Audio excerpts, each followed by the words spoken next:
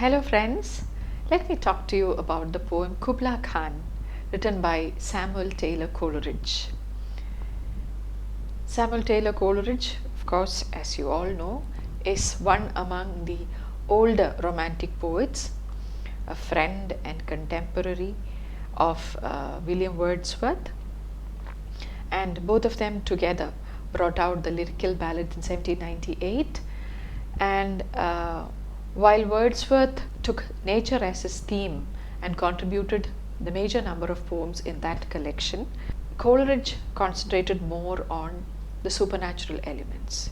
He was interested in the renaissance of wonder in poetry, and he gave importance in his poems mostly to fantasy and supernatural elements and imagination.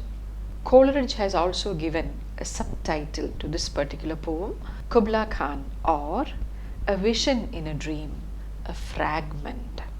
A fragment.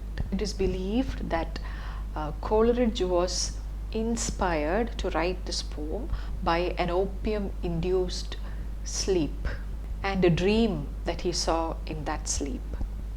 Now, he was a man with a lot of physical ailments and discomforts, and it was prescribed that he take opium to escape from the pain that he often felt, and this affected his poetic output to a large extent.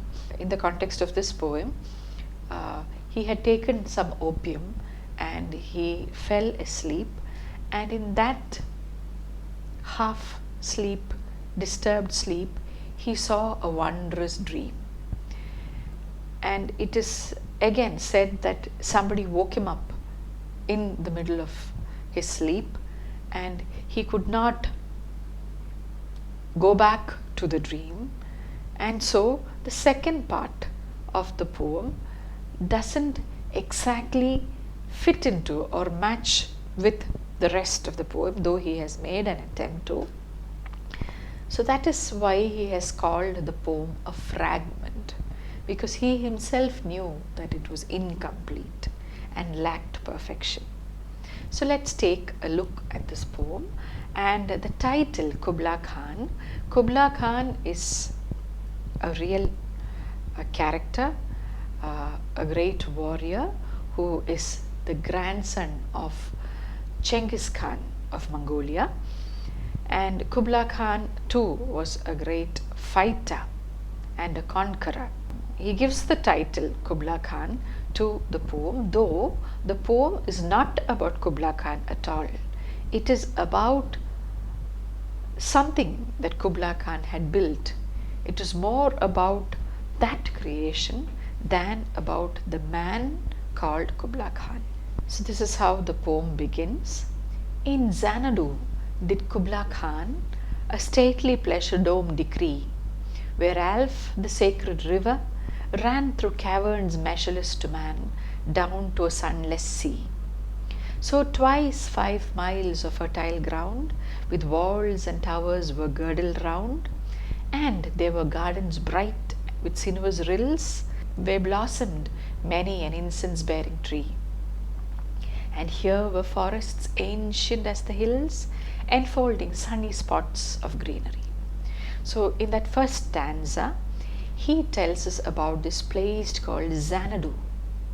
Xanadu, an imaginary location where Kubla Khan, the mighty Mongolian emperor, decided to build his pleasure dome, or something akin to a vacation home, where he could retreat at times when he was not fighting, or at times when he wanted to escape the pressures of kingship. So he ordered, decree is an order.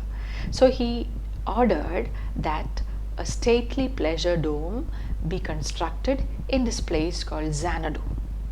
And Xanadu, this word, has become synonymous with a dreamland. I have seen many homes that bear the name of Xanadu, homes and retreats, resorts tucked away inside woods, called Xanadu, because Xanadu, it has captured the imagination of generations of readers.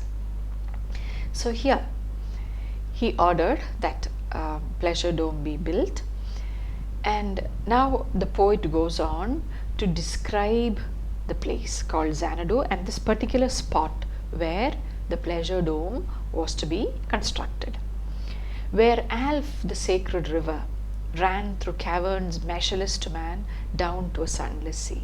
So this place, through this place, you had a river flowing, and the river was called Alph.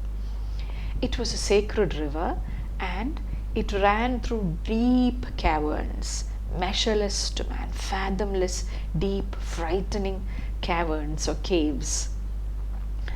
And it was measureless to man because it was so deep, nobody knew how deep it was. And it flowed down to a sunless sea, a very dismal kind of a picture, not a sparkling sunny sea, but a sunless, cold, grey sea.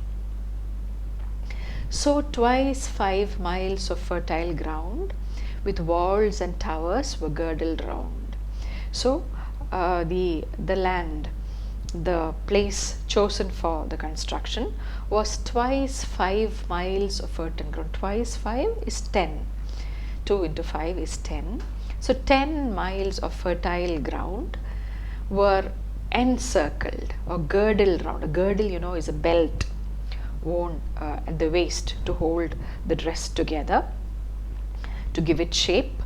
And so here this 10 miles of fertile ground was surrounded or was encircled with walls and towers, because none other than the mighty Kubla Khan himself was to stay in this place. So the security was taken care of. So there were towers and walls all around, and there were gardens bright with sinuous rills. There were beautiful gardens, and there were sinuous rills. Rills are streams. Sinuous, generally thin streams, small streams running very noisily about, where blossomed many an incense bearing tree. And in this garden, in this bright garden, there were incense bearing trees, means trees which gave out a beautiful fragrance, which had aromatic flowers, maybe medicinal herbs, all that you could see in this garden, where blossomed many an incense bearing tree. And here were forests ancient as the hills, and within these 10 miles you also had forests, ancient forests, as ancient as the hills. We know that hills and mountains are very old. They have been there even before we came here. And so the forests in that enclosure were as ancient as the hills, enfolding sunny spots of greenery. That's a beautiful picture. And the forests had tall trees, dense trees with thick foliage, but in between you would find the sun sneaking in through the available spots or the available gaps to create sunny spots in between, enfolding sunny spots of greenery. There were trees, greenery all around, and again sunny spots in some places. So a very beautiful place, a kind of a place that you would want to go and build a house in. So that is how he describes this place in the first stanza. Now let's see what happens in stanza 2. But oh, that deep romantic chasm which slanted down the green hill athwart a sedan cover, a savage place, as holy and enchanted as ever, beneath a waning moon, was haunted by woman wailing for a demon lover.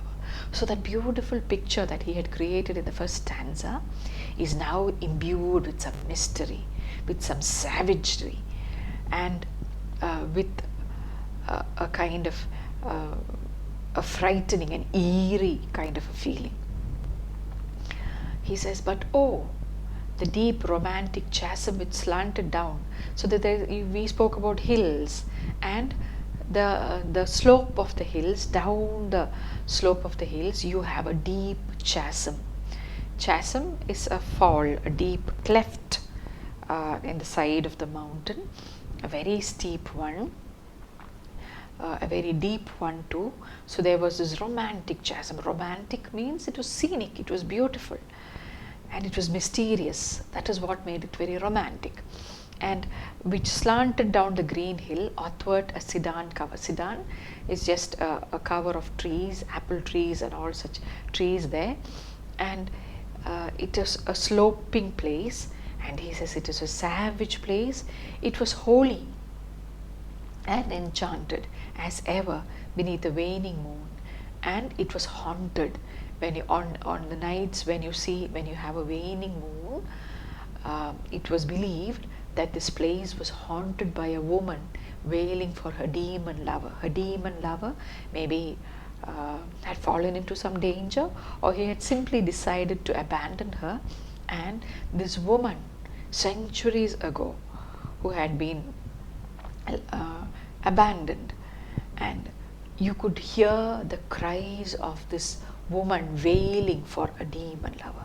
So now you understand why I said that the rosiness of the place is gone now, and instead it has taken an eerie color, and it's a haunted place now. It's not exactly this encircled place that is haunted, but it's a place beyond that. As if, and from this chasm with ceaseless turmoil seething, as if this earth in fast thick pans were breathing, a mighty fountain momently was forced, amid whose swift half intermittent burst huge fragments vaulted like rebounding hail, or chaffy grain beneath the thresher's flail. So he says, and that he already mentioned that river Al flowed around this place, encircled this place, and he says that once in a while the force of this river, the turbulent river Alf, the seething river, seething is boiling. Here it's not hot, but it is so turbulent, so forceful, that once in a while the water would rise up, and you can see it when you stand by the side of this chasm, and you know that the picture becomes all the more frightening when you realize that this river is so deep, and the chasm itself is very deep and steep. And so if water, and again he says that as if the earth in fast thick pans were breathing. So the earth is panting, and so much of turmoil is going on in the heart of the earth, and when it pans heavily, a mighty fountain momentarily, so the water spouts up like a mighty fountain, and the spouting of the water, the waterfall, the fountain is so powerful that huge fragments of rocks, they vault up, they rise up like rebounding hail. You know what hail is? Hailstones are those tiny stones that sometimes instead of the rain you have the hailstones falling, and we know that hailstones are small, but here you can imagine the power of this water when you see heavy boulders, huge fragments are kind of bouncing up and down on the top of this fountain, and these rocks appears to be hail. So you can imagine how powerful the water must be. Or he also gives us another comparison, chaffy grain beneath the thresher's flail. When a thresher after harvest, when he threshes out, when he separates the grain from the stalks of wheat or paddy, he beats the plants on the thresh, and what happens is, the thresh is usually, maybe sometimes it's a stone, in some places it is a long pole on which the stalks are beaten, and what happens is that under the pressure of this beating, the grains separate and they fall in a heap to the ground. So here these heavy rocks are scattered like chaffy grain beneath the beneath the thresher's flail. Flail is the stick that he uses to beat the stalk. And so he expresses the power, the immense power of the river, of the water, by this, through this very telling and frightening and suitable comparison. And amid these dancing rocks at once and ever, it flung up momentarily the sacred river. So the sacred river Alf too would once in a while come up along with these rocks. So that is the kind of place this is, with a very violent river flowing in deep caverns, once in a while rising up in frightening fountains. 5 miles meandering with a mazy motion through wood and dale the sacred river ran, then reached the caverns measureless to man, and sunk in tumult to a lifeless ocean. So for 5 miles meandering in the sense in a zigzag way, in a curvy route, the river flowed with a mazy motion. You know what a maze is? It's a kind of a puzzling pattern. So the river meanders through wood and dale. The sacred river is, of course, the same river that we spoke about earlier, the Alf. And after flowing for 5 miles in a hazy and a mazy pattern, the river finally reached the caverns measureless to man and falls in tumult into a lifeless ocean. So that is where the river Alf finally rests. And amid this tumult, Kubla heard from far ancestral voices prophesying war. And listening to these tumultuous noises of the river, Kubla Khan often heard the ancestral voices. He heard the voices of his ancestors, his war-mongering ancestors like Genghis Khan, who the cries they made, the war cries and the cries of battle, the voices that prophesied war. Kubla could hear all this in this tumultuous noise of the river Alf. Then he goes on to the structure that was constructed. The shadow of the dome of pleasure floated midway on the waves, where was heard the mingled measure from the fountain and the caves. It was a miracle of rare device, a sunny pleasure dome with caves of ice. So he says that you could see the shadow of the dome of pleasure. You remember that Kubla Khan had ordered the construction of a pleasure dome. So the shadow of these domes of pleasure could be seen floating on the waves of the river, floated midway on the waves. And this reminds one of the Taj Mahal and how the reflection could be seen in the water before it. And so same way here, the shadow of the dome of pleasure floated midway on the waves, where was heard a mingled measure from the fountain and the caves. So there, when you stand there in front of this dome of pleasure, you could hear the mingled noises, measure, sound or notes from the fountain and the caves. You could hear the sound of the fountain and the sound of the water flowing in the deep caves below. And this dome itself was a miracle of rare device, a sunny pleasure dome with caves of ice. And he says that was an architectural wonder, because it's very difficult to conceive of such a construction, a sunny pleasure dome with caves of ice, because we know that sun melts ice. So when you think about a building on which the sunlight falls, it is very difficult for you to imagine that the building would stand there without melting, because the heat of the sun would definitely melt it down. But this pleasure dome was built with such architectural ingenuity that it managed to stand there in spite of the sun that shined on it.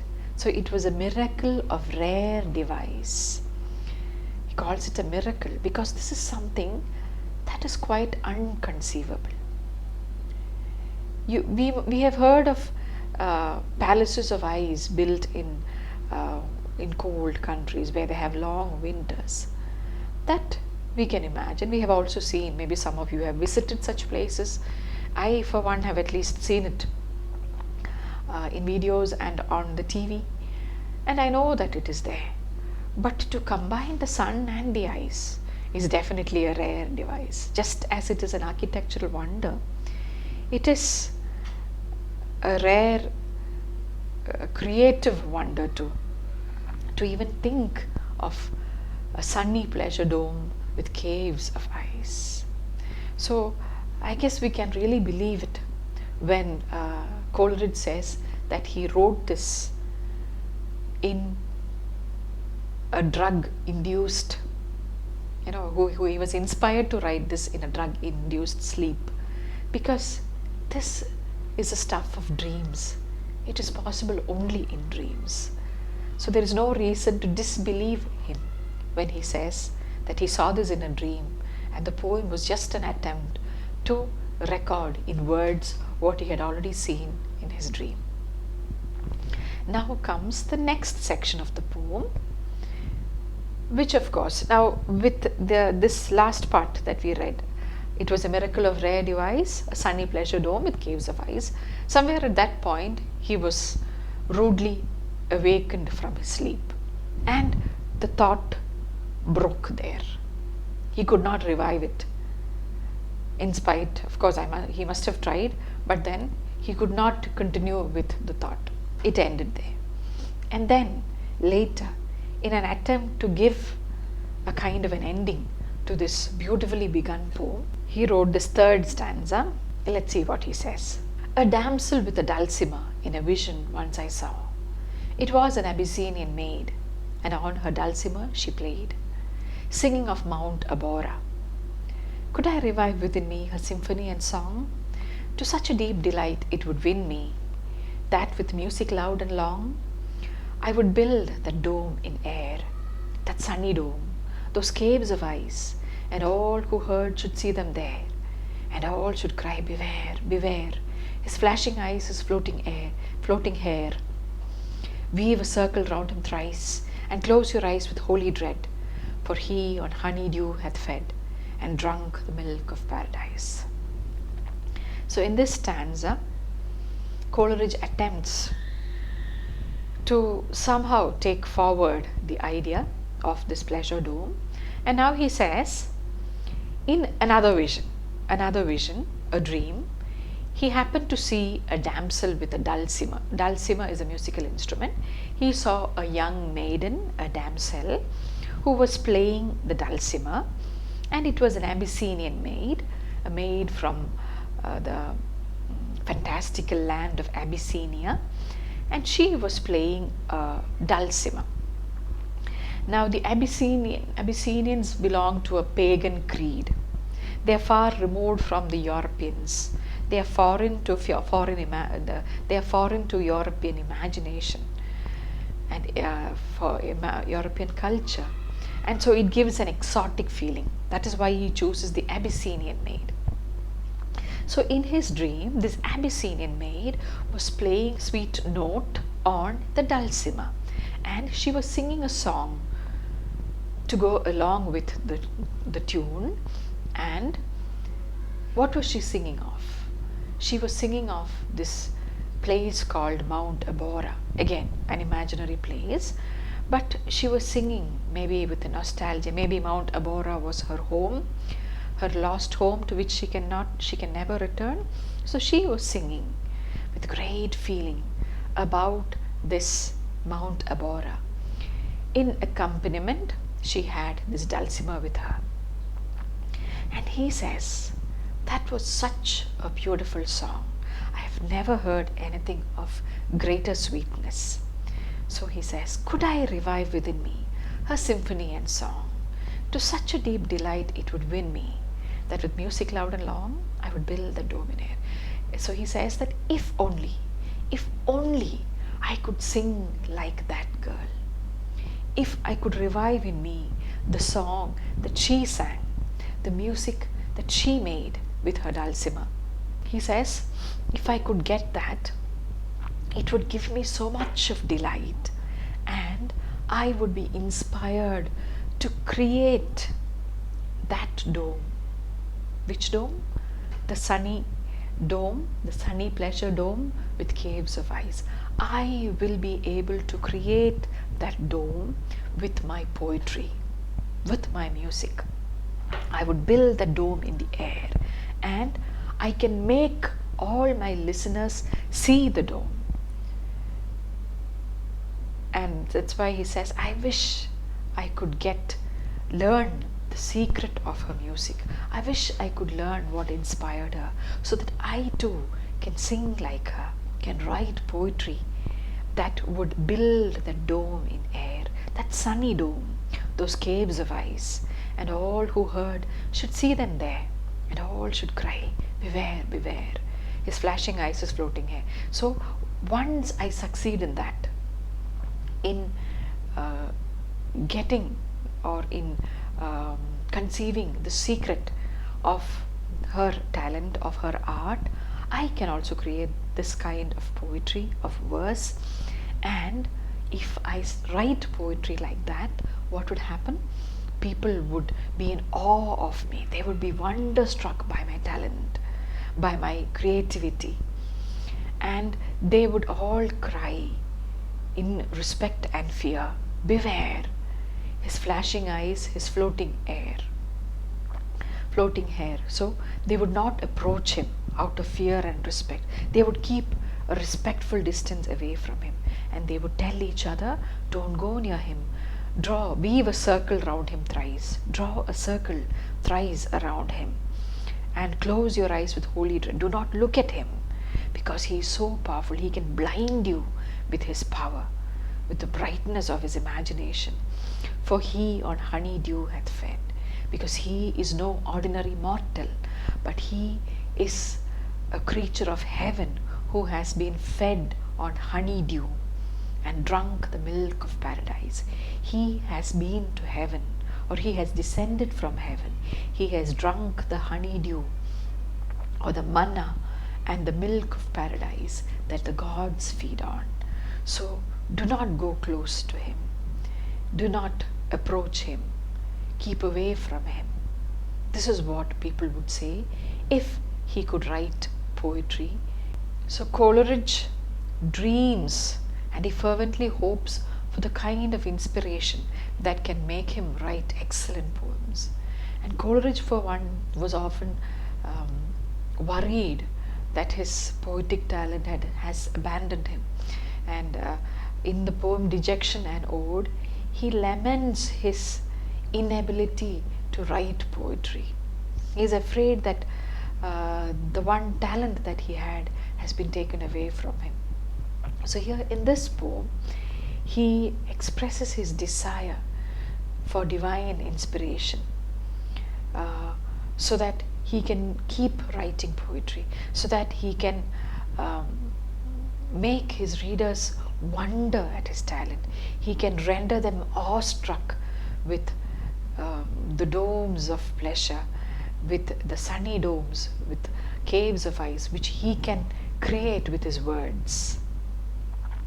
And I should say that Coleridge has definitely succeeded in leaving us spellbound, because anyone who reads this poem, though of course we are a little irked by the fragmentary nature of the poem, but definitely this description of this Xanadu and this very idea of a dome, sunny dome with icy caves, it never fails to capture our imagination. So undoubtedly Coleridge has succeeded in inspiring awe and respect in the hearts of his countless readers. So this is one poem again that stands testimony to the prowess of Samuel Taylor Coleridge as a great romantic poet.